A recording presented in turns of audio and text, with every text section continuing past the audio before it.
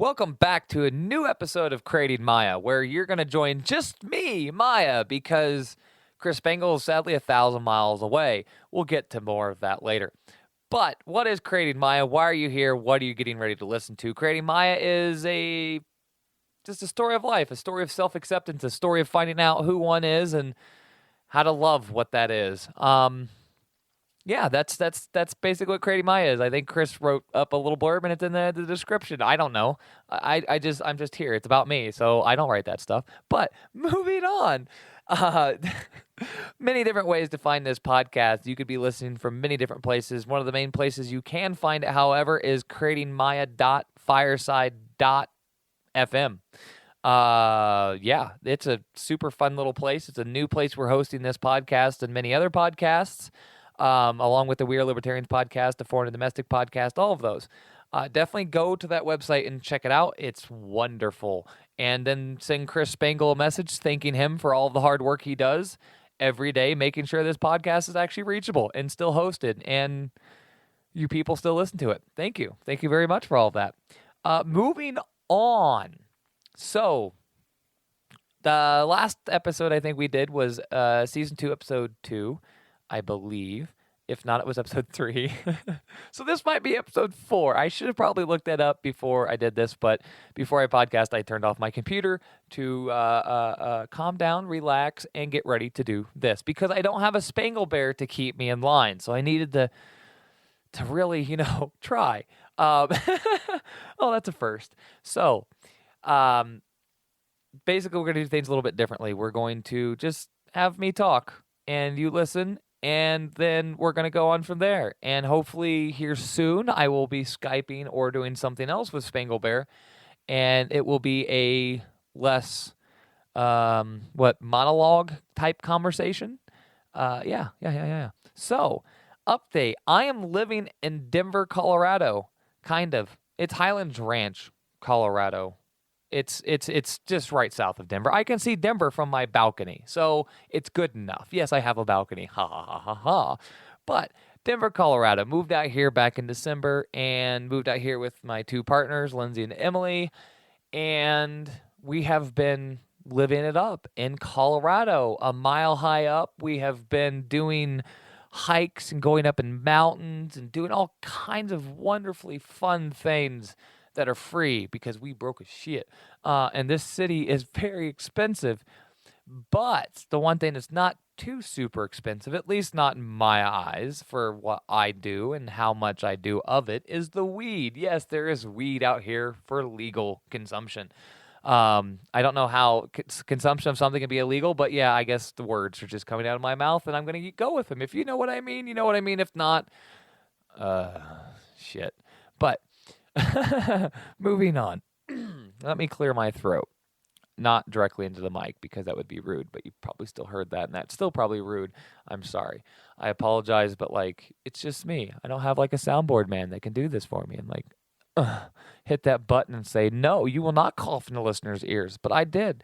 So, Colorado, what are we doing here? Why am I here? How did we get here? I don't know.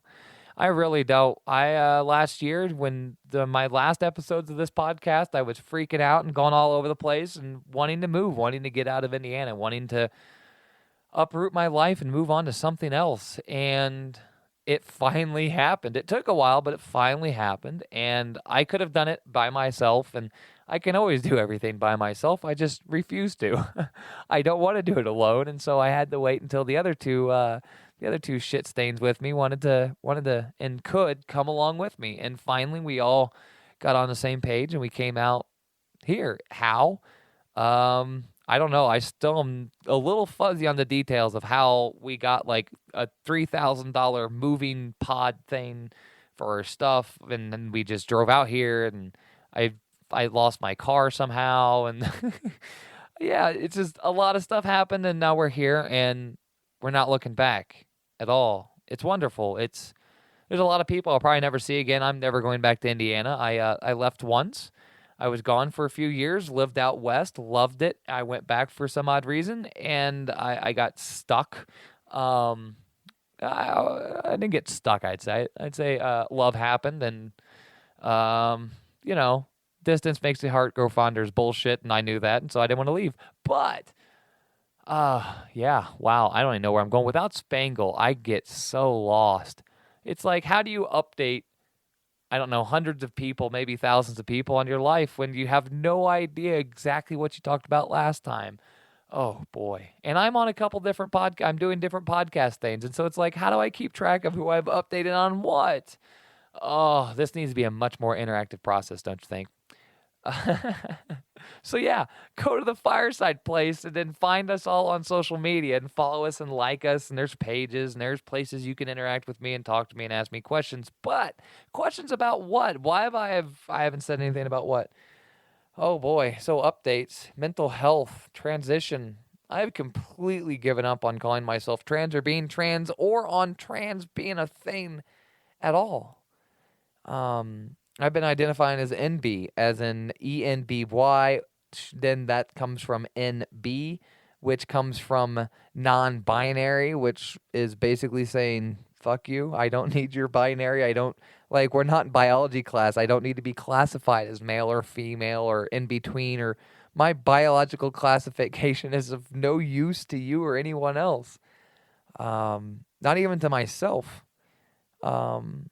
I mean, my biological function, I guess, as far as reproduction, is no longer a possibility. Absolutely, not that just I'm on hormones, because that is not a guaranteed thing. I mean, you could be on hormones for 2 years and still get somebody pregnant or still get pregnant, so, you know, whatever.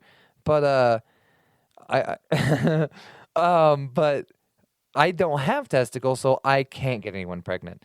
I don't have anything stored. Like, my biological imperative is just, I don't care anymore. I never did, never wanted it. So why does it matter if I'm male or female anymore at all? What does it matter? Oh, I have a penis still? Okay, well, what does that count for? Like, I don't have the other two things that go along with that penis that make it something more substantial and actually work and actually create that hyper sex drive. So like, I'm not really sure, you know, what it is that I need to identify as a gender as. I'm not dating. I'm not looking for a mate. None of that. So if I'm going out and looking for a sexual partner or looking for someone to have friendly fun with in a more intimate way, it's just down to, are you cool? I'm cool. You clean? I'm clean. Let's go.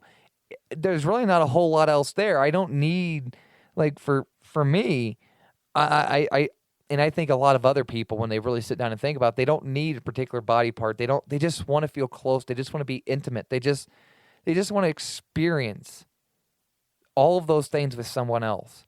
And I don't think it needs to have a vagina and a penis to work. I don't think it needs any particular setup. And it's just, why does it matter? Why does it matter what part somebody has or doesn't have? Why does it matter about any of that?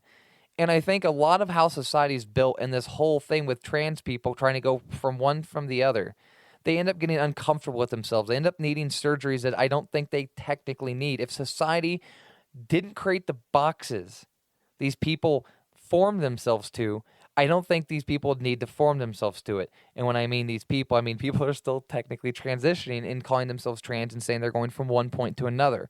No, they're just changing themselves to a more comfortable place. I want to take estrogen again. Why? Because I like the results. Because I would rather look and feel under the results of estrogen, because right now I'm under nothing. I don't have testosterone. Like, I know your body creates whatever, but I don't have like the primary major creator of these things. I don't have ovaries and I don't have testicles, and I'm not taking anything. So, and I haven't for months. And it's a nice little place to be, but it's a little empty. It truly is strange. It's a different place altogether. It's not male or female. It's it's more baseline. There's nothing yapping at you at the back of your head. There's no hormones going this, and this. There's nothing pushing you. You just are. And it's such a beautiful little place to be. But I want more. So I gotta figure out what particular kind of estrogen I want to take to develop primarily secondary sex characteristics of the female variety. and maybe whichever female sex hormone helps increase sex drive, because that is a thing that does not exist currently. That might also be because of my mental state, but like as far as shooting dust is concerned, like that's like a literal thing, I think, because like that's kind of what I do, but not even dust. Uh, and that's been a kind of different, like weird thing. I know that's horribly intimate and personal, but you know what? That's just part of life. Biology is part of life. Like everyone's talking about sex and women and gender and bathrooms and everything else. So, like, you guys want to talk about it? Let's talk about it. You guys want to talk about what genitals somebody has had? Let's talk about what those genitals are like and actually do, since nobody seems to know. Um, I all these people are talking about one thing or another, and people are saying, hormones this, and you need to do this, and everyone should do this. And I'm like, man, most people just need to get their ovaries and testicles removed, and they'd probably be a lot happier, because after you have kids, or if you don't want kids, what's the point of them, really? Yeah, I guess you could make your arguments for it, whatever. But like, I make the argument that for $2,000 you can get your testicles removed and have a lot less problems with aging. Do you need those testicles for, like, are you a bodybuilder? Are you a triathlon? Are you an athlete or anything else like that you need that testosterone? Are you are you a cop? Do you like to beat people up for a living? I mean, I guess you would need testosterone for that to really bump up that aggression level a little bit and really, you know, funnel that primal need, because, it is an advanced society we're living in, an advanced world, an interconnected world, and we still need that primal killing urge. We still need that murderous rage and intent in these super strong bodies, because we have bobcats and construction equipment and pneumatics and batteries. Like, what do you really need strength for? I've lost 100 some odd pounds. I think it was like 120 pounds. I'm down to like 170 from 290, and I've starved myself. I've let muscle just eat away, and I have found that I don't have nearly the strength I used to, and I don't know why I had the strength I did.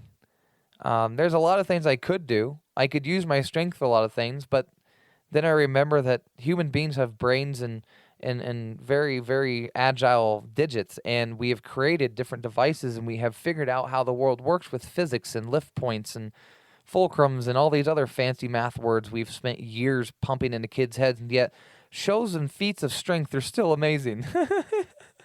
I don't get it. I really don't. As far as like, what about orgasms? What about sex? And then else, when you don't have that, like, that urge, that drive, that horny feeling anymore, life becomes a little bit more. It's sex is and intimacy becomes something completely different. For me personally, it's a little twisted and fucked, because I am twisted and fucked. But I'm still a human being, and I can still feel an immense amount of things. And my experience is not invalidated just because I am a little crazy. So fuck you if you're thinking that. But things mean more now. Everything means more. It's not just laissez-faire, just meh. It is. Everything has to have a little bit more of a purpose. Everything has to have a little bit more of a meaning to it. It's not just, I want to stick my dick in that, or I want to get fucked, or this or that. That primal screaming urge has been removed. And now it's like, I want to feel close to someone. I want to be held. I want to hold someone. I want to fuck someone. I want to be fucked because this person I'm with, I'm hyper connected to, I'm really into, because of all of these different things, the entire being of them. And I don't want to have sex because of the physical aspect of it, just to get off, because I want to be closer to this person. I want to be with this person in the most raw way possible, to know them, to get closer to them, because human connection is everything. And when you remove that primal urge, when you remove that hormonal drive and everything else, it's not that you're deadened. It's that there's so much more to it. And that just focusing on the orgasm isn't enough. It's just not enough. It's not fulfilling anymore. You need more to feel fulfilled. It's not just or the orgasm and the afterglow and everything else. There's oh my God, there's so much more. Sex isn't a couple hours thing, or for some of you, I guess it might be like 20 minutes or something, but like it's days. It's a life experience. I don't know. Everything has become that for me. And I attribute a lot of that to, I don't know how much of that, I don't know. But I attribute a lot of it to just being me, just being let down to my absolute base level, to what I truly am and want to be. As I want to be a human. I don't want to be a reproducer. I don't want to be somebody that has a biological function. I want to, ascend that and not feel that drive deep inside. Yeah, other people control, other people can deal with it, blah, blah, blah. I might have had trauma. I don't know how mental health works. No one fucking knows how this shit works. I talk to all these doctors, and all these doctors say, hey, there's this and all these drugs, and well, we don't think you're this, we don't think you're that. We just, I think now they're all the way down to like just like general ADHD and general anxiety, and it's like, really? That's all you got for me? Like, all those times I talk about PTSD and what that is, no one even wants to talk about that shit. Like, that is the last thing anybody wants to bring up. And I wasn't in combat necessarily, well, official military combat, and it's not that. It's just life gets heavy. Life gets real fucking heavy real fast. And then sometimes things break, and I don't think they can really explain why some things break, or how maybe childhood development issues can cause a cornucopia of shit later on. We don't really know. And so it comes down to variables, and I keep removing variables. And one of the variables I removed was my testicles. I barely eat. I don't take hormones. I don't take really any of the medications the doctors would give me. I think the thing I got now is beta blockers, and that's just in case I have a super bad freak out, and I haven't had one in a while, I don't think. So I haven't taken anything. So at my base level, there's all of this shit still here. Even eating a minimal diet and just drinking Soylent and honey and just baseline, just simple shit. Not eating a lot of breads and shit. I mean, I am right now because it's cheap, but it's just what is just here? What is just inside my head when I remove everything else? When I disappear off the face of the planet and off social media forever, and I don't make posts and I don't talk to anybody, and what exactly is just me? And that's a terrifying fucking prospect, because the self, the individual, does not exist. If you're looking inside, for me, if you're looking inside for answers, if you're looking inside for, I don't know, for who you are, for what you are, it's not there. It's not something that you were born with. It's not something that's in your genetics. It's not something that is, the individual is not a thing. You are, I don't even have the words for it, and I think I'm a little out of my depth as talking about it right now, and so I'm going to try to wrap this little part up and then keep moving on to what I'm in my depth a little bit, but is what I've come to find, with no hormones, with no drugs, with weed, but weed only does so much to me. It's not, if you haven't smoked half a gram of concentrates every day for like, I don't know, 3 months, I don't think you understand what weed is at this level, this medicinal level. And I'm sorry, I keep using a lot of filler language too, but I don't know if there's really anything inside of us. For me, I don't see anything there. There's nothing there. And some of my turmoil, my anxiety is I feel like I'm broken or wrong because there's nothing inside, where all these people say they have shit inside. But what I've come to is that no one has any of that inside. Everything's been put there. Everything was put there as your parents, by your culture, by your society, by who you grew up around. You are a product of your environment, but you don't have to be. You can be whatever you want to be. You can make yourself whatever you want to be. Now, there are caveats to that. uh, mental trauma and mental health and brain damage and physical limitations and there's some mental issues that don't stem necessarily from the brain. There's hormone issues. There's ways to be allergic to hormones. There's ways to be I mean, when I say hormones, it's not just testosterone and estrogen. There's holy shit. There are so many chemicals floating around in us. We're a giant we're not a meat sack. We're a chemical store sack. We're a giant sack of drugs. Is all we are really. It's just chemistry and autoimmune disorders and how diseases work and how everything else works and our paltry understanding of how what even is inside us and how any of it works, and it leads you to believe that we are what we believe. Our reality is what we make it, and that's true to an extent that we are who we want to be, and it's not just a matter of waking up and saying I am such. It's a matter of program. It's a matter of systems. It's a matter of practice and action. And I see all these people out there trying to transition, and that's what I was trying to do. I was trying to transition and go from male to female when I was never male. So that kind of threw me off when that whole conclusion got thrown in my face. You know, you were never male. As a trans person, you were never male. So I'm not transitioning then, am I? I'm just affirming my gender. So I'm not transitioning. Okay. Then I'm not transgender either, am I? I'm just a woman. So I'm not transitioning. What's the point of transitioning? Why do we call it a transition? Why don't we call it an affirmation? Why don't we call it coming of age, coming into ourselves, an affirmation? It's a puberty. It's a second puberty. It's no fucking different than an actual first puberty, except, well, we're telling biology to go fuck itself because biology gets screwy sometimes. I mean, look out there. Look at the variation on human beings and human minds and everything else. And you want to tell me it's just one or the other and that it's so simple and that we're all the same? Oh my goodness. I mean, how many birth defects are there? How many different kinds of things are there that you can't see? How many children die unexplained? How many kids don't make it past 5? We measure the health of a society off its infant mortality rate.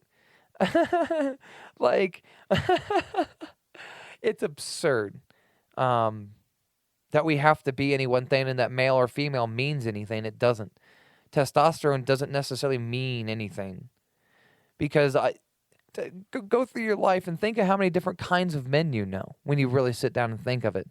And why don't you think of all of those people's men when you really sit down and think of it? And why do some people look at a small, frail man that cries and call him a woman and a sissy and everything else, but then they look at a very feminine, sexually attractive to them and very effeminate woman that just happens to have a penis and cry, male, male, that's a dude. But then they call someone that looks like a dude a woman. Nothing makes sense, does it? None of that makes sense. It's that weird corner. I don't want to use that word again. I already used it. Cacophony of crap. And it's just like, why do you need all of that? Why do we need all these rules and these? I'm going to say it, and it's going to be my tagline for the ever and evers, is the standardization of the human experience. Is that why do we all have to live the same fucking way? Why do I have to fucking live like you, and why do you have to live like me? You don't. You don't want to, and it terrifies you. It would terrify most anyone that ever hears this to have to live like me. Imagine if the rules made you live like me, that when you hit 25, you had to transition. When you hit 30, you had to start having a whole bunch of, as you got close to 30, you had to start having a whole bunch of mental evaluations. That you had to live the life I lived. You have to grow up in the backwoods of some fuck-ass town, then join the military, Would you want to live that life? Would you want that to be the fucking norm? No, the fuck you wouldn't, and neither would I. I don't want there to be a norm. I don't want my days, my life to have a norm. I don't want to wake up tomorrow and go and say, I am this, and that be it. I've lived, I'm gonna be 30 in a month. In April 24th is my fucking 30th birthday. And I don't know how old I am. People keep telling me act your age. People tell me this. People say I need to grow up. People say that to other people. People say that to fucking kids and shit. What does that mean? What is my age? What does a 30-year-old do? Where am I supposed to be at in life? I don't care. I don't care. There's nowhere to be. There's never going to be anywhere to be. There's no purpose to life. Now, I know that sounds like nihilism or something, but no. There's no grand overall purpose to life. It is whatever you make of it. Whatever you want to make of life, you can make of it. Should be able to make of it. And you can. It's like I was an anarchist. I was in government. I was a Republican. I was a soldier in the military. And coming out as trans in Indiana on a gubernatorial campaign for the Libertarian Party of Indiana was a life change. It brought me to this point that I came out and I affirmed myself, and I came out and I was proud of myself back in 2012. And I got death threats, and I got hate, and I got that was the start of a lot of trauma for me. That was the start of a lot of fear. It flipped on that fight or flight response.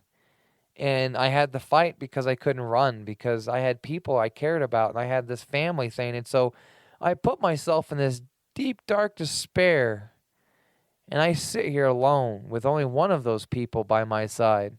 Everyone else is behind. Everyone else moved on. But that trauma, that fear they didn't even begin to comprehend is still with me. That trauma is still with me, and they're all still so far away. And they're moving on with their lives, and I don't really talk to anybody anymore. But why would I want to talk to the people that were so integral to that trauma being a real thing? I mean, it's not their fault. And they stood up for me, and so many people stood up for me, but those people are tied to trauma. And I gotta move on. But not in this society. That's not how things work. I'm supposed to feel bad that I leave these people behind, that I gave up on people and friendships and everything else, and that this sadness is a bad thing that I feel, and when I cry and when I get really sad, and sometimes I get angry and everything else, all these feelings I have, they're just fine. That's perfectly okay. I'm glad I have them. I'm glad I made connections with people that when I think about not having anymore makes me sad. Fuck, that's nice. That is so nice. I think of how many lonely people out there that wouldn't cry about missing anybody in their life right now. There's people that just have empty lives. I had to go. I had to get out. I'm sorry. I had to go, and that's fine. And I'll connect with those people as much as I can in whatever way I can. And the people that have stayed by me, that just accept my communications as they come, and they accept me as I am, that's fine. That's fine. That's okay. I've gotten okay with that because I stopped believing I had to be anything. I don't have to be a woman. I don't have to be a man. I don't have to be attractive. I don't have to be skinny. I don't have to be fat. I don't have to be anything. I don't care. And it's not that I don't care at all. It's that I don't care what anybody else says truly, because it doesn't matter. It doesn't. So when people get angry and they get mean and everything else, yeah, it sits on you. And yeah, it feels heavy. And yeah, it's depressing, and words fucking hurt after a while, and you start to believe them. But you just got to surround yourself with the right people. You got to move. You got to do whatever is actually possible. Like, you can literally get inside a vehicle and drive somewhere and be somewhere else and instantaneously make new friends, instantaneously try to find a new job, because you're probably not at a good job right now. You're probably fucking poor right now. You're probably not very happy right now. Just go get in a car and drive away. I say in a car. You know why? Because go get in a car. It doesn't have to be your car. Just go get in a car and drive until you're in a new place. And then live. Like, do it. Or do whatever you need to do. Like, everything is possible. People told me, like, I was a man. You're born as a man. Well, I'm not anymore. Am I? Am I really? I mean, just because you say I'm a man doesn't make me a man. Just because you say I'm a woman doesn't make me a woman. I am Miah. I am me. I don't need all of that crap. I hope any of this makes sense. Without Chris here, it's really hard to say if anything of this makes sense. Like Lindsay's sitting right next to me, and she's giving me like the iffy handshake thing. But this is creating Miah. This is about my head, mental health, and self-acceptance, and this is basically how I got there. I'm not there yet. I'm getting there. And it's not about accepting myself. It's about making myself into something acceptable to me. And that's a rough thing. It's a really hard place to be, and to try to rely on doctors, and all these people are saying all these things, and everyone is so right. Everyone is right about everything all the time, and yet so wrong, because people don't live even what they say. I'm trying to live what I believe. I'm trying to live what I say every day. I'm trying to make my life into an example of what I preach. What I've been preaching on this podcast, what I've been preaching on other podcasts, on Facebook and social media, and all the events I've been to, and all the politics and everything else. I've been trying to mold, and I've been trying to change the world, and that's been silly. You can't change the world. I am now trying to live an exampled life. Just my life as it is, as I want it to be in every way. People say there's laws, I don't care. People says there's this, I don't care. Speeding, right? I drive as fast as I want to, however I want to. Why? Because I feel safest doing it. Because people scare me. Being on the road scares me. I've been in a number of accidents. I've been ran over a couple of times. I don't like being next to semis. I've seen people do incredibly dumb shit. They're not paying nearly as much attention as my hyperactive ass is, and so they're a danger to me. I trust truckers more than I trust car drivers, but I don't trust the car drivers around the truckers, and so I don't trust the truckers. But I drive. I just go. I don't care that the speed limit says this or that. I don't care about anything else. I know my car. I know the tires. I know what it can do. I know how to drive it. I'm good, right? I don't speed in cars I don't know. Like, my frame of logic of like how I just operate, it's like, why I do what I do is because it's either safe or enjoyable, or because it's what I want to do. Because I want to do it because it fulfills me. Now, that sounds very, some would say egotistical. I would say very egoist. There is a difference between those. But I don't know many other people that have helped and worked for helping people as much as I have. Yeah, I'm going to toot my own horn here. I work for charities. I've always done more than I'm supposed to. I've always gone above and beyond what I'm supposed to. Yeah, I'm neurotic. Yeah, I get overboard. Yeah, I have problems. But when it comes to like what I do, I try to help people as my end result. My good intentions are lost on people, but I try to help people. I've worked for charities. I've volunteered for so many things. I don't care about getting paid. I don't care about money. The only reason I need money is so I can sustain the helping.